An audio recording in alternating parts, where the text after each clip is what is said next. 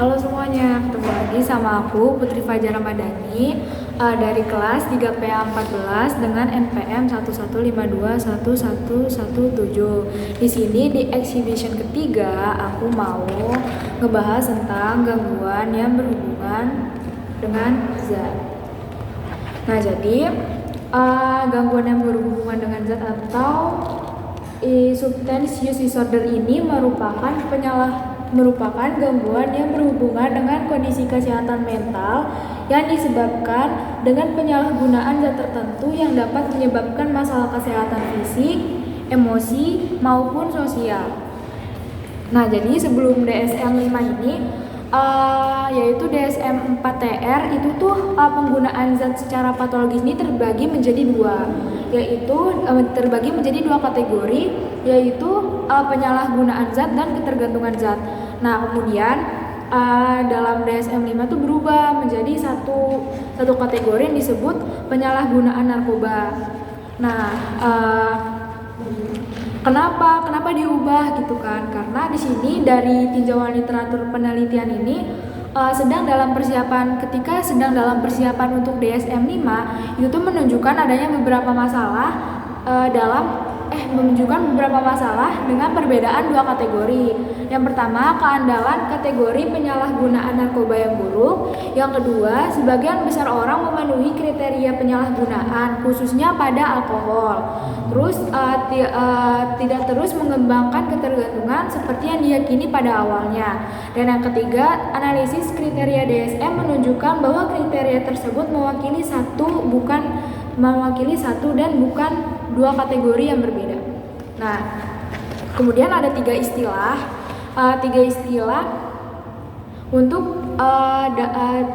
yang dipakai dalam gangguan yang berhubungan dengan zat. Yang pertama itu ada kecanduan, yang kedua toleransi, yang ketiga penarikan. Yang pertama itu kecanduan, itu kayak istilah ini tuh biasanya mengacu pada gangguan penggunaan zat yang lebih parah yang ditandai dengan gejala, toleransi, dan penarikan diri yang lebih banyak. Penggunaan zat yang lebih banyak dari yang diharapkan, upaya untuk berhenti namun tidak berhasil, masalah fisik atau psikologis yang menjadi lebih buruk karena kecanduan narkoba, dan mengalami masalah di tempat kerja atau dengan teman. Yang kedua, toleransi ini ditunjukkan dengan yang pertama, dosis zat yang diperlukan lebih besar untuk menghasilkan efek yang diinginkan, atau yang kedua itu efek obat menjadi jauh lebih kecil jika dikonsumsi dalam jumlah biasa. Yang terakhir itu ada penarikan. Istilah penarikan ini mengacu pada efek negatif fisik dan psikologis yang timbul ketika seseorang berhenti mengonsumsi zat atau mengurangi jumlahnya. Nah, jadi gejala penarikannya itu dapat berupa nyeri otot, terus berkeringat, muntah, diare, insomnia. Kemudian secara umum tuh ketergantungan fisiologis pada suatu obat tuh dikaitkan dengan masalah yang lebih parah. Nah, kemudian terdapat kriteria DSM-5 untuk gangguan penyalahgunaan zat itu. Jadi polanya itu pola yang bermasalah yang merusak fungsi itu 2 atau 3 lebih gejala dalam jangka waktu 1 tahun. Yang pertama, kegagalan untuk memenuhi kewajiban. Yang kedua, penggunaan berulang dalam situasi yang berbahaya secara fisik. Yang ketiga, masalah hubungan yang berulang. Yang keempat, penggunaan yang terus berlanjut meskipun adanya masalah yang disebabkan oleh zat tersebut. Yang kelima, toleransi. Yang keenam, penarikan. Yang ketujuh, zat yang dikonsumsi untuk waktu yang lebih lama atau dalam jumlah yang lebih besar dari yang dimaksudkan. Yang kedelapan, upaya untuk mengurangi atau mengendalikan penggunaan yang tidak berhasil. Yang kesembilan, banyak waktu yang dihabiskan untuk mencoba mendapatkan zat tersebut. Yang ke-10, kegiatan sosial, hobi, atau pekerjaan yang ditinggalkan atau dikurangi. Dan yang terakhir, keinginan untuk menggunakan zat tersebut adalah kuat. Nah, di sini tuh aku mau ngasih tahu ada jenis-jenis zatnya, bisa dilihat di poster aku. Nah, di sini jenis-jenis zatnya ini ada alkohol, terus ada kannabis, ada opiates, kemudian ada stimulan, dan ada halusinogen. Nah, di sini aku mau ngasih tahu klasifikasi DSM-5.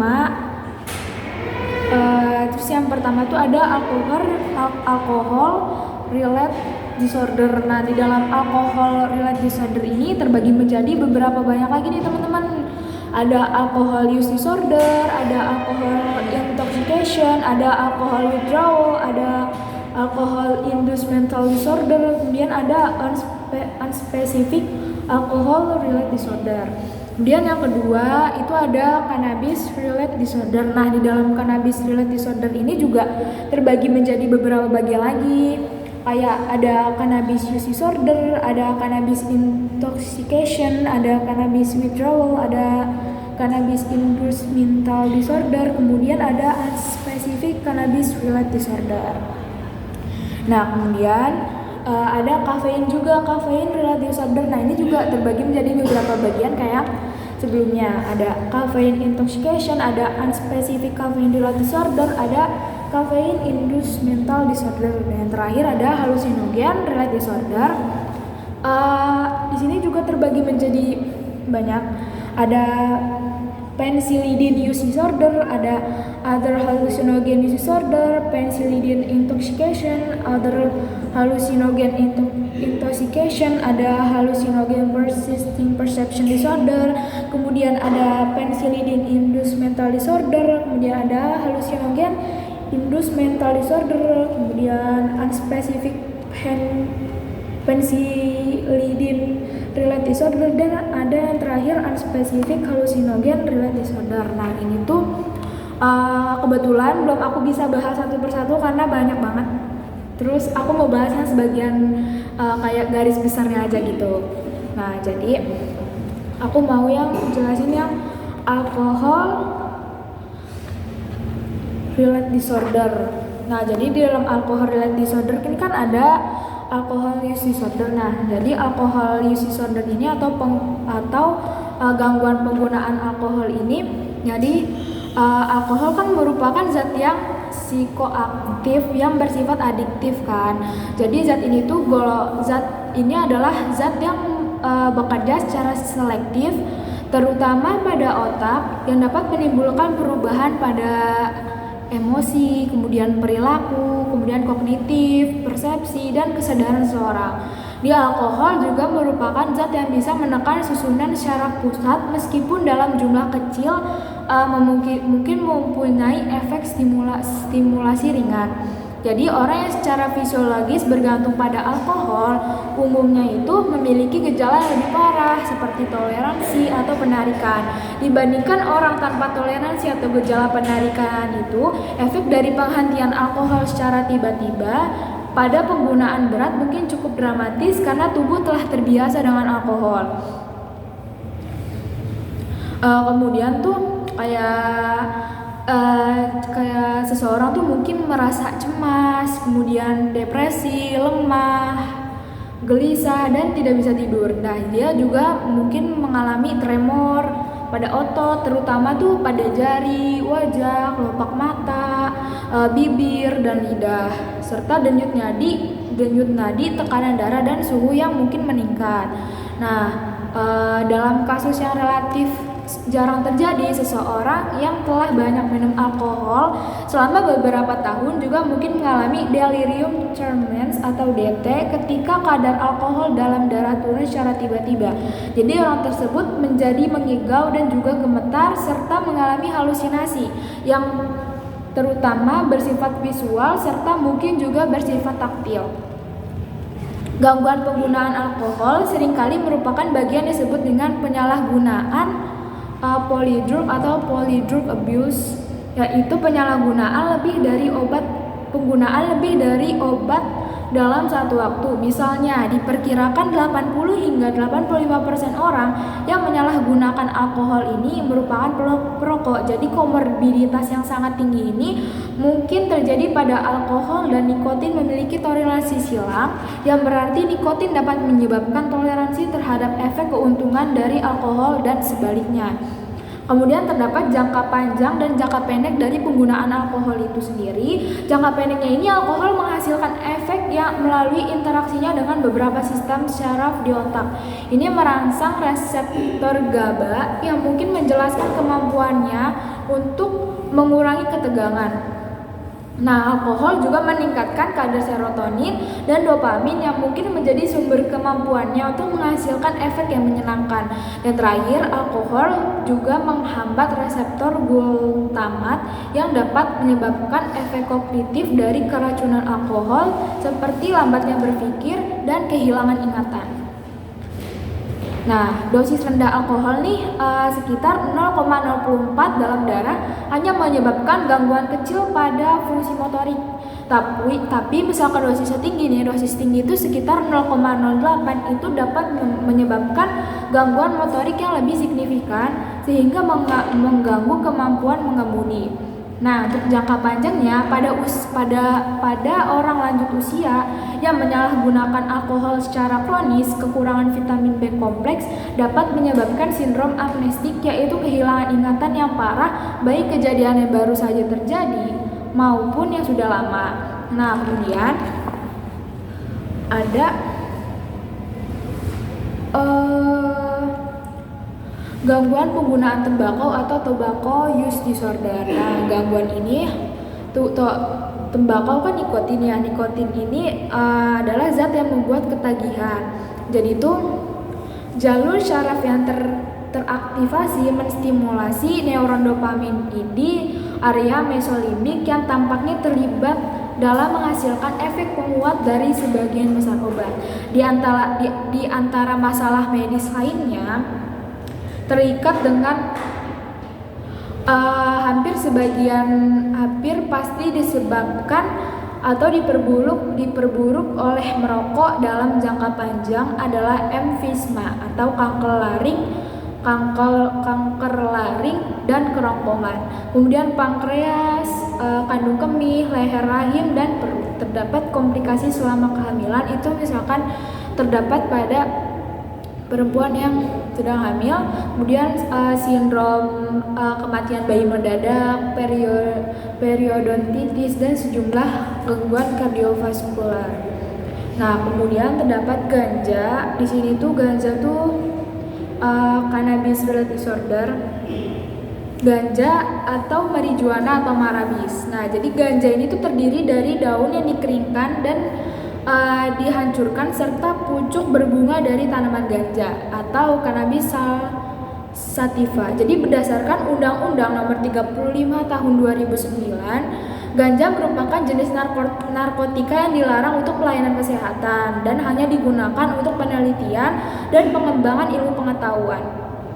Karena ganja merupakan salah satu tanaman yang tergolong dalam narkotika golongan 1, paling sering itu dihisap, tetapi dapat dikunyah dan dibuat sebagai teh atau dimakan dengan cara dipanggang. Hashish jauh lebih kuat dari ganja, diproduksi dengan meningkatkan dan mengeringkan eksudat resin dari pucuk tanaman ganja. Jadi dalam DSM-5 itu gangguan penggunaan ganja adalah nama kategori yang mencakup ganja. Jadi terdapat efek-efek dari penggunaan ganja. Itu yang pertama ada efek psikologis, ada efek fisiknya dan untuk terapi atau terapeutiknya. Nah, efek psikologisnya ini dosis besar dilaporkan menyebabkan perubahan emosi yang cepat, menumpulkan perhatian, memecah-mecah pikiran, merusak ingatan, dan memberi kesan bahwa waktu berjalan yang lebih lambat. Dosis yang sangat tinggi terkadang diketahui menyebabkan halusinasi dan efek lain yang serupa dengan asam lisgrik diethylmida atau LSD, termasuk kepanikan ekstrim yang terkadang timbul dari keyakinan bahwa pengalaman menakutkan tidak akan pernah berakhir, bahwa penelitian itu telah menunjukkan bahwa penggunaan yang diperlukan untuk mengemudi menunjukkan bahwa penggunaan ganja dalam jumlah yang besar itu dapat mengganggu seseorang ketika sedang mengemudi. Jadi performa buruk setelah menghisap 1 atau 2 batang ganja itu dapat mengandung 2% delta 9 tetrahydrocannabinol atau THC dapat bertahan hingga 8 jam setelah seseorang yakin bahwa dirinya tidak lagi mabuk, sehingga menimbulkan bahaya bahwa orang akan mengemudi ketika mereka tidak berfungsi dengan baik. Kemudian yang kedua ada efek fisiknya. Efek jangka panjang dari ganja itu termasuk mata merah dan gatal, mulut dan tenggorokan kering, nafsu makan meningkat, tekanan di dalam darah berkurang, dan tekanan darah agak meningkat. Nah, habis itu kemudian ada efek buat terapinya. Jadi ganja itu seringkali bisa dibuat sebagai terapi. Sering dipakai untuk mengurangi rasa mual ketika obat anti mual itu lainnya tuh gagal. Terus juga ganja itu digunakan untuk pengobatan yang efektif dan untuk ketidaknyamanan akibat AIDS, terus glukoma, nyeri kronis, kejang otot dan kejang. Kemudian di sini ada opiatsnya. Opiates atau opioid adalah kelompok obat yang digunakan untuk mengurangi nyeri sedang sampai berat atau sebagai obat bius sebelum operasi. Obat ini diberikan ketika obat pereda nyeri atau obat sejenis analgesik ini tidak mampu meredakan nyeri yang dirasakan pasien. Jadi opioid ini bekerja dengan cara memblokir sinyal rasa nyeri pada sel syaraf yang menuju ke otak. Jadi obat ini tuh termasuk dalam golongan narkotika sehingga dapat menyebabkan itu ketergantungan. Oleh karena itu, penggunaan obat opioid ini perlu adanya pengawasan dari dokter. Nah, jadi opiat ini kayak turunannya morfin, heroin, terus kodein gitu. Nah, kemudian ada efek psikologis dan fisik dari penggunaan opiat. Kayak opiat ini dapat menghasilkan euforia, ngantuk, terus juga terkadang kurangnya koordinasi. Terus juga opiat ini juga menghasilkan efek dengan menstimulasi reseptor syaraf dari sistem opioid tubuh. Terus kayak heroin nih ya, misalnya tuh diubah menjadi morfin di otak dan kemudian berkaitan dengan reseptor opioid yang terletak di seluruh otak. Nah, beberapa bukti ini menunjukkan bahwa hubungan antara reseptor ini dan sistem dopamin itu bertanggung jawab atas efek yang menyenangkan opiat gitu. Namun bukti dari penelitian pada hewan ini menunjukkan bahwa opiat ini dapat mencapai efek yang menyenangkan melalui tindakannya di area otak yang disebut nucleus accumbens, mungkin secara independen dari sistem dopamin. Nah, opiat ini jelas membuat ketagihan karena penggunaannya itu mengembangkan toleransi dan menunjukkan gejala putus obat. Penarikan heroin dapat dimulai dalam waktu 8 jam setelah suntikan terakhir, setidaknya setelah toleransi yang tinggi dan toleransi yang tinggi sudah terbangun.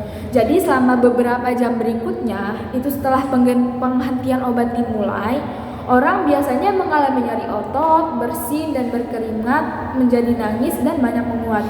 Gejalanya ini mirip influenza ya teman-teman. Jadi dalam waktu 36 jam ini, gejala putus obat menjadi lebih parah dan mungkin tuh terjadinya kedutan otot dan kedutan pada otot yang tidak terkendali. Kayak kram, menggigil, bergantian dengan muka memerah, kemudian berkeringat, berlebihan, serta peningkatan detak jantung dan tekanan darah. Jadi orang tersebut tuh nggak bisa tidur, terus juga muntah, diare. Kemudian gejalanya ini biasanya bertahan hingga sekitar 72 jam, kemudian berkurang secara bertahap dengan selama periode 5 hingga 10 hari. Nah, kemudian ada stimulan. Kalau stimulan itu dia tuh kayak jenis obat-obatan yang dapat meningkatkan meningkatkan kewaspadaan di dalam rentang waktu yang singkat nih teman-teman. Jadi stimulan ini biasanya meningkatkan efek samping dengan meningkatkan efektivitas dan berbagai jenis yang lebih hebat seringkali disalahgunakan menjadi obat yang ilegal atau dipakai tanpa resep dokter. Jadi stimulan ini dipakai dalam terapi untuk meningkatkan atau memelihara kewaspadaan untuk menjadi penawar rasa lelah di dalam situasi yang menyulitkan tidur, misalnya saat otot-otot bekerja.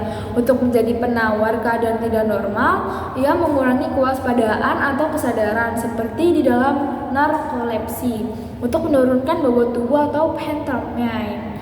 Juga untuk memperbaiki kemampuan berkonsentrasi bagi orang-orang yang didiagnosis sulit memusatkan perhatian, terutama ADHD.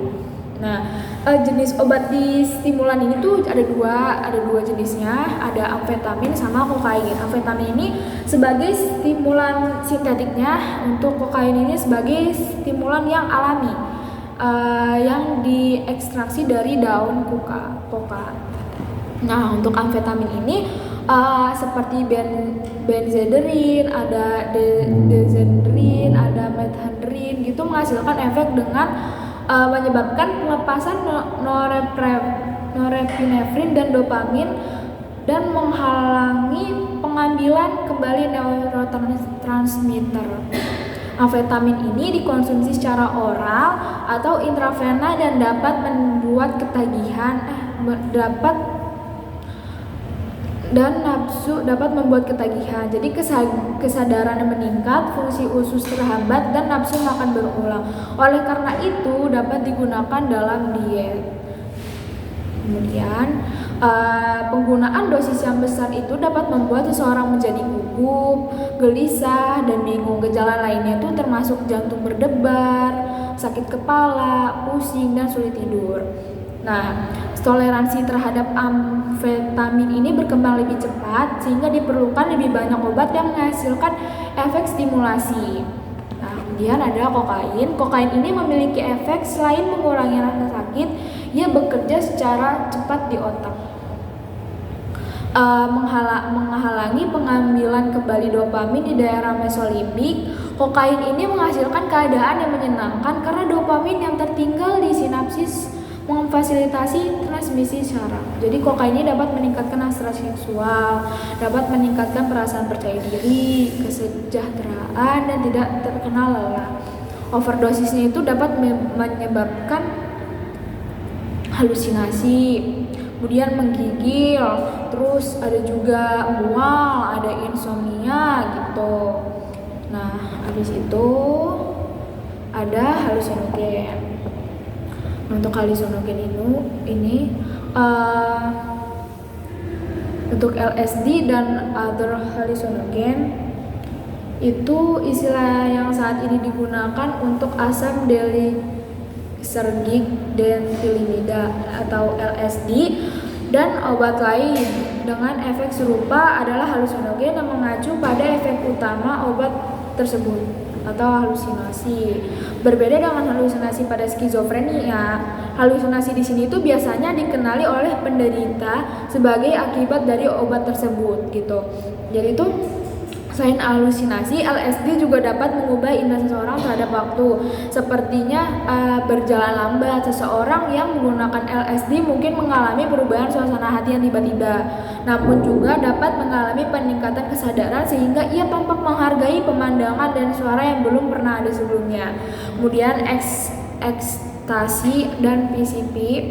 Ekstasi ini mengandung senyawa-senyawa yang berasal dari kelompok halusinogen dan amfetamin. Namun efeknya ini berbeda, sehingga beberapa pihak menyarankan untuk memasukkan ke dalam kategori sendiri, yaitu disebut entaktogen.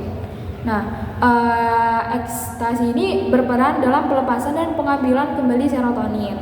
Kemudian ada PCP atau pensilidin, ini seringkali disebut angel dust. Angel ini merupakan obat yang tidak mudah untuk diklasifikasikan. Dikembangkan sebagai obat penenang untuk kuda dan hewan besar lainnya yang menimbulkan reaksi negatif yang serius kayak paranoia parah, terus juga kekerasan. Dan terdapat faktor yang berperan dalam penggunaan zat ini, itu ada faktor psikologis, kepribadian, dan faktor sosial budaya. Untuk faktor ini, faktor psikologisnya tuh kayak ada perubahan suasana hati, pasti kayak secara umum tuh pasti kalau misalkan penggunaan narkoba ini diperkuat karena mereka memakai narkoba karena meningkatkan suasana hati yang positif atau mengurangi suasana hati yang negatif. Misalnya kayak sebagian orang tuh percaya bahwa meningkatkan ketegangan menyebabkan peningkatan konsumsi alkohol. Ada juga pendapat bahwa stres dapat menyebabkan peningkatan kebiasaan merokok, setidaknya permulaan merokok dan kekambuhan setelah berhenti merokok. Kemudian dari faktor kepribadiannya ini, faktor kepribadian itu tampaknya penting dalam memprediksi timbulnya gangguan penyalahgunaan nafsa di kemudian hari. Mencakup pengaruh negatif tingkat tinggi, kadang-kadang disebut sebagai emosi negatif, keinginan yang terus-menerus untuk terangsang sering dengan peningkatan pengaruh positif dan kendala yang mengacu pada perilaku hati-hati, penghindaran bahaya, dan standar konservatif. Sebuah studi jangka panjang menemukan bahwa usia 18 tahun yang memiliki tingkat emosi negatif yang rendah namun memiliki tingkat emosi negatif yang tinggi lebih besar kemungkinannya untuk mengalami gangguan penggunaan narkoba saat dewasa muda. Kemudian ada faktor sosial budayanya, jadi ketertarikan dan akses masyarakat ini dapat dipengaruhi oleh teman, terus kayak juga dari orang tua, media, terus norma budaya mengenai perilaku yang dapat diterima, terus juga ketersediaan bahan juga dapat menjadi salah satu faktor yang dapat menyebabkan gangguan narkoba gitu. Kayak terkait dengan rokok nih ya, misalkan jika rokok dianggap mudah didapat dan terjangkau, maka tingkat merokok kan akan meningkat nih, kayak penggunaan rokok tuh pasti akan meningkat gitu kan. Inilah salah satu alasan mengapa negara bagian begitu sering menaikkan pajak atas alkohol dan rokok. Nah, faktor keluarga tuh juga penting, misalnya paparan terhadap penggunaan alkohol oleh orang tua meningkatkan kemungkinan anak-anak untuk minum alkohol. Dan yang terakhir ada pengobatan yang dilakukan untuk gangguan yang berhubungan dengan zat.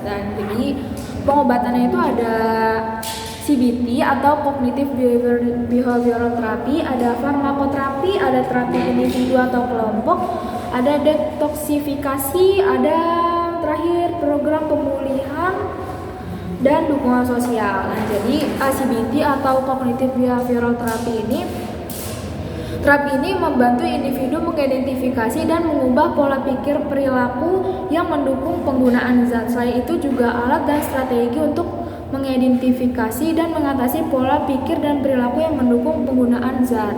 Kemudian farmakoterapi ini biasanya berupa obat-obatan ya teman-teman ya.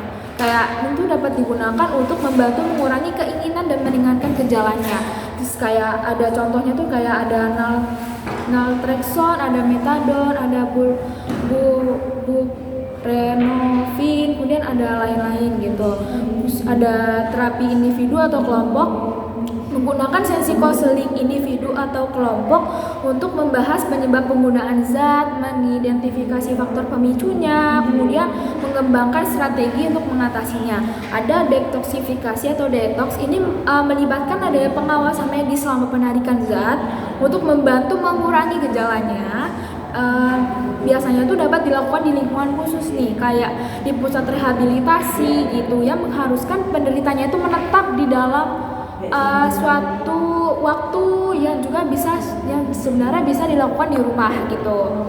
Terus yang terakhir, program pemulihan dan dukungan sosial. Kayak di sini tuh ada ada kelompok namanya Alcoholic Anonymous atau AA dan Narcotic Anonymous atau NA. Jadi itu keduanya ini organisasi yang untuk membantu individu dalam menyebabkan masalah kecanduan. Kayak misalkan Alcoholic Anonymous ini dia kayak untuk kecanduan alkohol, untuk mencari pemulihan. Kemudian yang Narcotic Anonymous atau NA ini tuh dia kayak menghadapi yang masalah kecanduan narkoba. Kemudian terdapat pencegahannya kayak memberikan yang pertama tuh memberikan edukasi, informasi gitu, terus kayak memberikan pengetahuan, kemudian ada kayak membangun jejaring sosial, menyediakan konseling atau program penyuluhan, terus ada menerapkan regulasi dan kontrol akses terhadap zat-zat tertentu, terus menghindari faktor resiko seperti riwayat keluarga, tekanan sosial, dan gangguan mental dapat membantu mengidentifikasi individu yang beresiko tinggi dan memberikan intervensi dini. Terus yang terakhir, orang tua tuh dapat memainkan peran penting juga dalam mencegah penggunaan zat pada anak-anak mereka dengan memberikan pengawasan yang terbuka. Jadi ini pencegahan SUD ini atau substance use disorder ini kan sebenarnya harus ada upaya bersama gitu ya. Jadi nggak dari berbagai sektor kayak dari pendidikan, kesehatan, dan masyarakat juga. Jadi itu pendekatan ini mungkin lebih efektif jika diimplementasikan secara holistik dan berkelanjutan. Oke, sekian dari materi dari saya. Sekarang saya akan membuka sesi tanya jawab oleh teman-teman saya. Terima kasih. Silakan untuk teman-teman yang ingin bertanya. Aku mau nanya. Iya, sebutkan namanya. Aku Deshiva. Apa aja sih gejala umum dari cannabis induced mental disorder? Terus gejalanya itu dapat bersifat sementara atau malah dapat berlanjut? Oke, ada lagi? Aku Virginia mau bertanya, berapa banyak sih kafein yang dapat menyebabkan caffeine intoxication? Ya, ada lagi? Aku mau Oke, silakan. Nama saya Maulidia Prasasti, bertanya apa yang membedakan hallucinogen persisting perception disorder atau HPPD dari efek sementara gangguan halusinogen? Oke, terima kasih. Jadi aku mau menjawab pertanyaan dari teman-teman. Pertama tadi gejala umum dari cannabis induced mental disorder ya. Terus gejalanya itu dapat bersifat sementara atau berlanjut. Jadi gejalanya ini tuh meliputi halusinasi, delusi, perubahan suasana hati yang ekstrim, terus juga ada kebingungan dan gangguan kognitif. Jadi gejala cannabis induced mental disorder ini bersifatnya sementara nih teman-teman.